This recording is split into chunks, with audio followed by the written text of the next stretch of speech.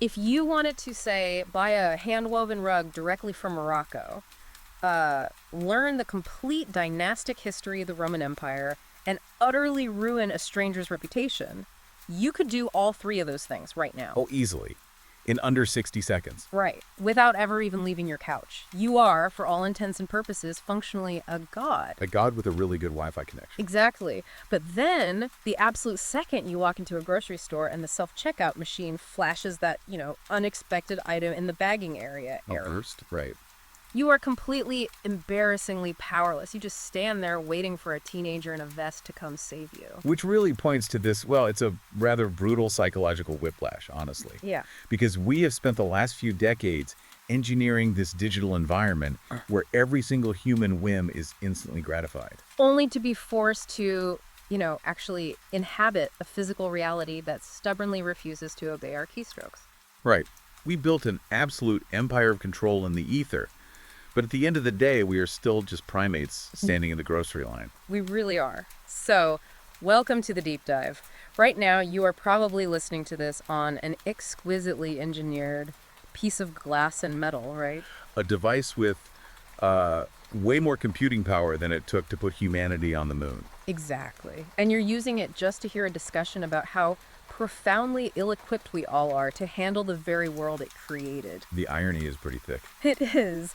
So today, our mission is to explore a set of notes titled Texto Colado, which translates from Portuguese to pasted text. And it is incredibly brief, like literally just a handful of sentences. But it operates as this cutting, almost brutal meditation on the modern human condition. Okay, let's unpack this, because this source material perfectly captures that weird sinking feeling we all get. Oh, the feeling when you put your phone down. Yes, the screen goes black and you have to actually look around the messy physical room you're sitting in. It's sobering. And the author of this text, they really don't waste time on pleasantries. No, they dive right in. Okay, the text immediately points out a literal, and I'm quoting here, confusion between the perfection created on the net and the reality that does not reflect the same. And then it crystallizes that by stating, the internet seems perfect, reality never caught up. That line is just, it's so sharp. Let's focus on that specific phrasing for a second, though. Reality never caught up.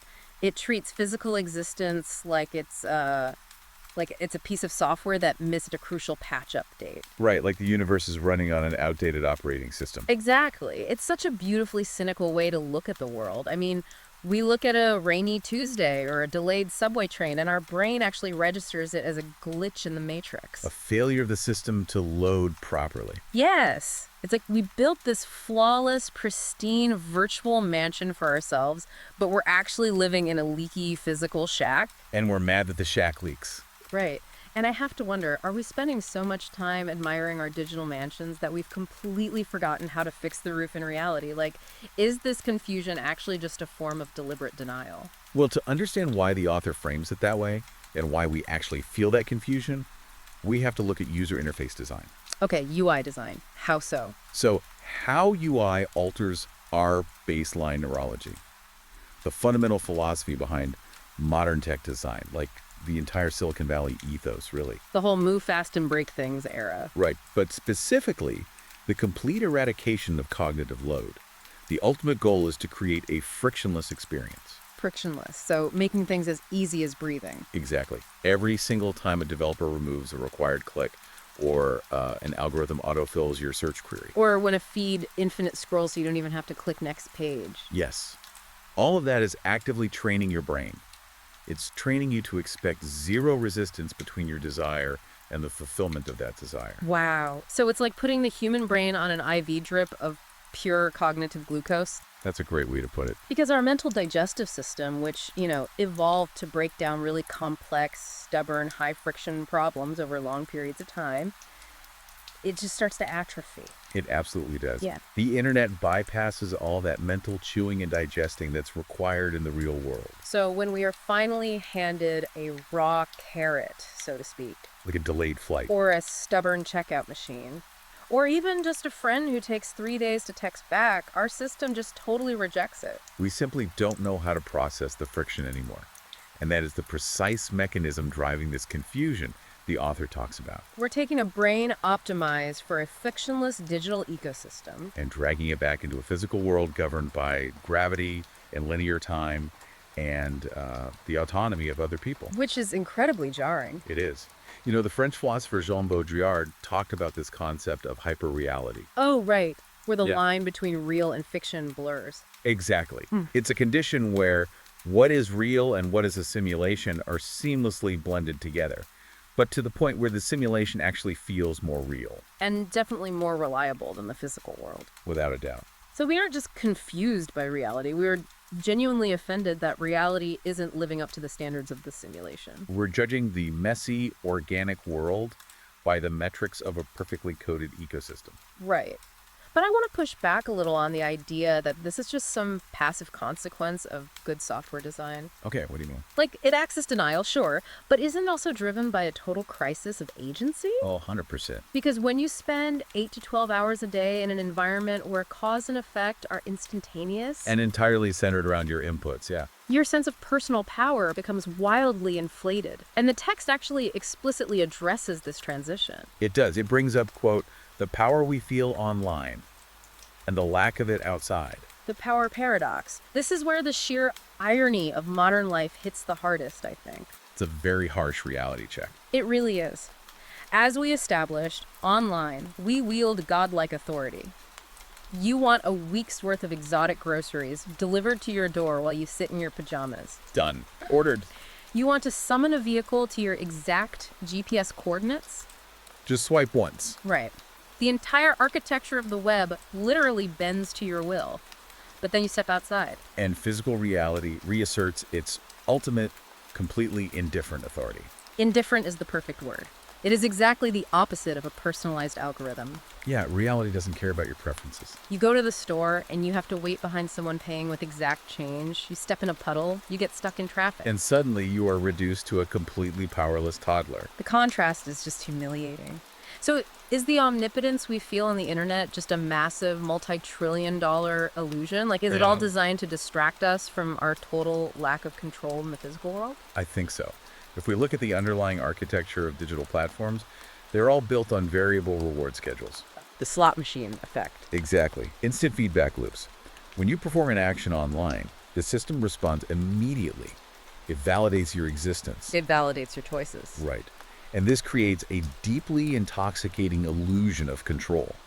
The quote-unquote power we feel online is actually just the power to trigger a pre-programmed digital response. It's just a closed loop. Completely closed. But offline, the loop is broken. Reality doesn't care about your inputs at all. Because offline reality involves other humans. It involves complex systems and physical laws that simply cannot be optimized with a line of code. You can't just hack the weather. No, you cannot control the weather. Yeah. You cannot optimize the grieving process. And you definitely cannot fast forward through a difficult conversation with a loved one. Oh man, wouldn't that be nice sometimes? Right. But the realization that you are entirely at the mercy of a world you cannot control with a swipe.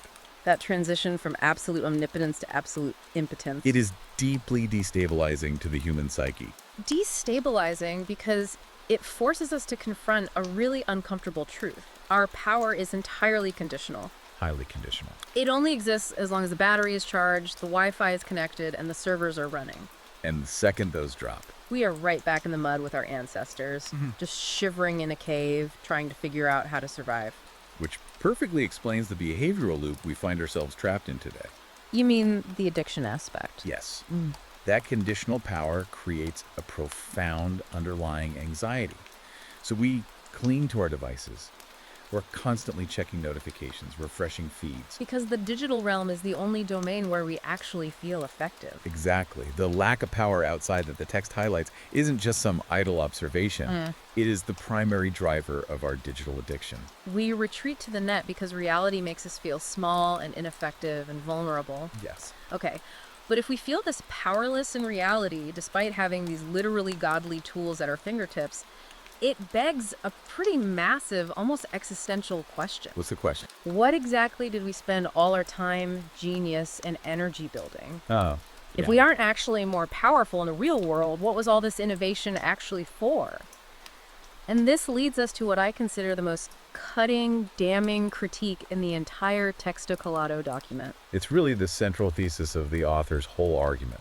Yes, the text says, quote, "We perfected everything except ourselves." Ouch! Right. Here's where it gets really interesting. I keep thinking about this like, humanity is just a fundamentally terrible, reckless driver. Okay, I like this analogy. Like, we are an absolute menace on the road of history. We swerve into oncoming traffic, we crash into each other, we let our impulses completely override our better judgment constantly. That's a fair assessment of human history, yeah. Right. And our grand collective solution to being a terrible driver was to spend trillions of dollars engineering the fastest, sleekest, most aerodynamically perfect sports car ever conceived. But we never bothered to teach the driver how to handle the machine. We never took driving lessons. We poured all our genius, all our capital, all our resources into the machinery. We perfected the engine. We optimized the suspension, we put in a flawless digital dashboard, and we completely forgot to upgrade the operator sitting behind the wheel. That analogy perfectly illustrates the mechanism of our current crisis. Because what actually happens when you put a terrible impulsive driver into a perfectly engineered, hyper-fast sports car, They crash. right? But the car doesn't magically make them a better driver. It simply removes all the friction that was previously slowing them down. Oh, wow. So they just crash way faster. It allows them to crash much faster and with infinitely more catastrophic consequences. That is terrifying. It is. The philosophical weight of the line, "we perfected everything except ourselves," shatters the grand myth of the 21st century. The myth that technological progress is just a one-to-one substitute for human progress. Precisely.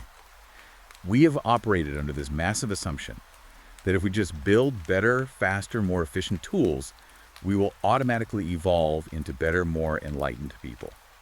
But the tech doesn't change us. No. This text argues that our technological mastery only serves to hold a magnifying glass up to our human flaws. It just amplifies who we already are.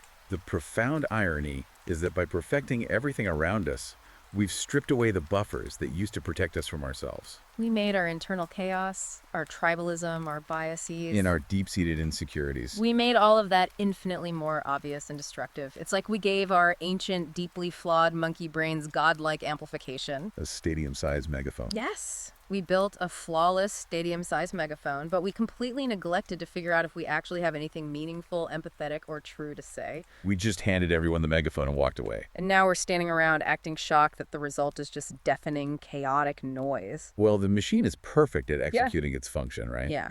But the user is fundamentally broken. Right. Think about the algorithms that govern social media. They are flawlessly efficient at delivering exactly what our unperfected selves crave. And what do we crave? Outrage. From an evolutionary standpoint, the unperfected human brain craves threat detection, tribal validation, and immediate emotional stimulation. Wow. So the perfect algorithm doesn't elevate our consciousness at all. Not even a little. It perfectly monetizes our lowest impulses. That is so bleak. We perfected the network to connect humanity, but we haven't evolved our capacity for empathy to actually handle being intimately connected to 8 billion other minds simultaneously. We optimize for engagement. But we never optimized for wisdom. And that terrifying realization leads directly into the paralysis the author identifies at the end of the text. The gridlock. Exactly. When you have perfect tools wielded by fundamentally imperfect operators, the entire system eventually gridlocks. It creates a structural failure, not in the code, but in the society running the code. Yeah. Which brings us to the final chilling thought from the source material, the natural consequence of this grand experiment. The text ends with this incredibly bleak observation, and now we don't know how to deal with it. We really don't. So what does this all mean? Have we essentially trapped ourselves in our own creation? Like, have we built this gleaming algorithmic utopia that we, as fundamentally flawed, messy creatures, are just entirely unequipped to inhabit? The phrasing, "now we don't know how to deal with it," forces us to confront the actual nature of the gap we are experiencing. What kind of gap?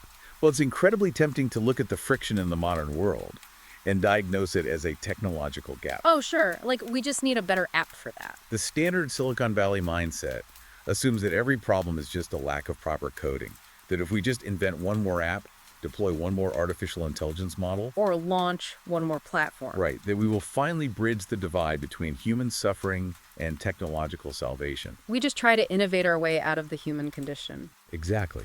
But the author is pointing to something much deeper and more intractable. This isn't a technological gap at all. Then what is it? It is a coping gap. cupping gap. Wow. We are entirely lost in the very world we designed. We're paralyzed by the sudden, terrifying realization that our perfect digital tools cannot fix our unperfected human nature. They can't fix the fundamental agonizing problems of simply being alive. They cannot. Look, a perfectly coded calendar application can organize your day down to the millisecond, right? Sure, it can tell me exactly where to be. But it cannot give your day a sense of underlying purpose. Right. A social network can connect you to billions of people across the globe with zero latency, but it cannot cure your deep existential loneliness. So we are paralyzed because we finally arrived at the end of the technological rainbow. We built the perfect machine, we turned it on, and we realized it didn't fill the void. It just gave us more free time to sit there and stare into the void. And that is paralyzing. We don't know how to deal with the fact that the answer to human suffering wasn't a faster microchip or a cleaner user interface. The answer was supposed to be us. Us doing the hard, slow work of evolving emotionally and morally. And we completely neglected us. We did. And it results in a collective societal freezing up. We were basically deer caught in the perfectly optimized LED headlights of our own brilliant engineering. The reality of our stagnation has finally caught up with us, our failure to mature at the same exponential rate that our technology evolved. And because the internet has systematically eliminated all the friction from our daily lives, we don't even have the struggle of basic survival to distract us from that failure anymore. So we just sit there on our couches, endlessly swiping, hoping that the next perfect digital interaction or the next dopamine hit, the next frictionless purchase will somehow reach through the screen. And fix the messy, leaky physical reality we are desperately trying to ignore. A physical reality that, by its very nature, demands the one thing digital perfection just cannot provide: Resilience. resilience, the ability to handle the friction. And that brings us to the core of what we've unpacked today from the Textocalato notes. It leaves us with a stark, deeply cynical portrait of where humanity currently stands. It really does. We started by examining that jarring confusion, the massive, embarrassing disconnect between the flawless, frictionless digital worlds we used to escape and the stubborn, high-friction reality we actually have to live in. We expect reality to operate like an app, and we are perpetually outraged when it doesn't. From there, we explored the resulting illusion of power, the intoxicating rush of absolute omnipotence we feel online. Which serves almost entirely to mask our profound impotence the moment we put the phone down. Right. We retreat into the digital realm because it is the only place we feel a sense of agency, leaving us completely unequipped to navigate a physical world that refuses to yield to our demands. Leading us to the ultimate tragic irony of the modern age. The realization that in our frantic rush to perfect the world, we poured all our genius into the machinery and perfected everything except the one thing that actually mattered: ourselves. We handed godlike tools to unperfected primates. And the result isn't a utopia. The result is total systemic paralysis. We simply don't know how to deal with the overwhelming power of the world we've built. We are over-engineered and under-evolved. Absolutely. So, as we wrap up this deep dive, consider this. The next time you feel that sudden rush of power online, the next time you feel like a master of the universe because you summoned a meal, consumed a library's worth of information, or won an argument with a stranger in a fraction of a second, Take a moment to recognize the fragile boundaries of that agency. look up from the perfectly backlit rectangle. Look around the physical room you were sitting in with all its flaws, dust, and friction. Which actually brings up a rather provocative final thought based on the mechanisms we've analyzed today. Oh, lay it on us. If we are currently paralyzed because we haven't perfected ourselves to match the sheer frictionless power of our technology, what is the actual way out of the paralysis? What is the escape hatch? Right. Will the ultimate solution require us to somehow force an artificial upgrade to human nature? To fundamentally alter our psychology just to survive the frictionless world we've built? Or will we eventually be forced to go the exact opposite route? Like, in order to save our own sanity, will we have to intentionally break the perfection of the internet? Force the friction back in. Exactly. Will we have to start legislating and designing friction, flaws, and delays back into our digital systems just so the technology better matches our own beautiful, chaotic, deathly unperfected reality? That is a massive question. It's definitely something to chew on the next time you hold that flawlessly engineered, perfectly smooth device in your hand, look around, and realize you're still just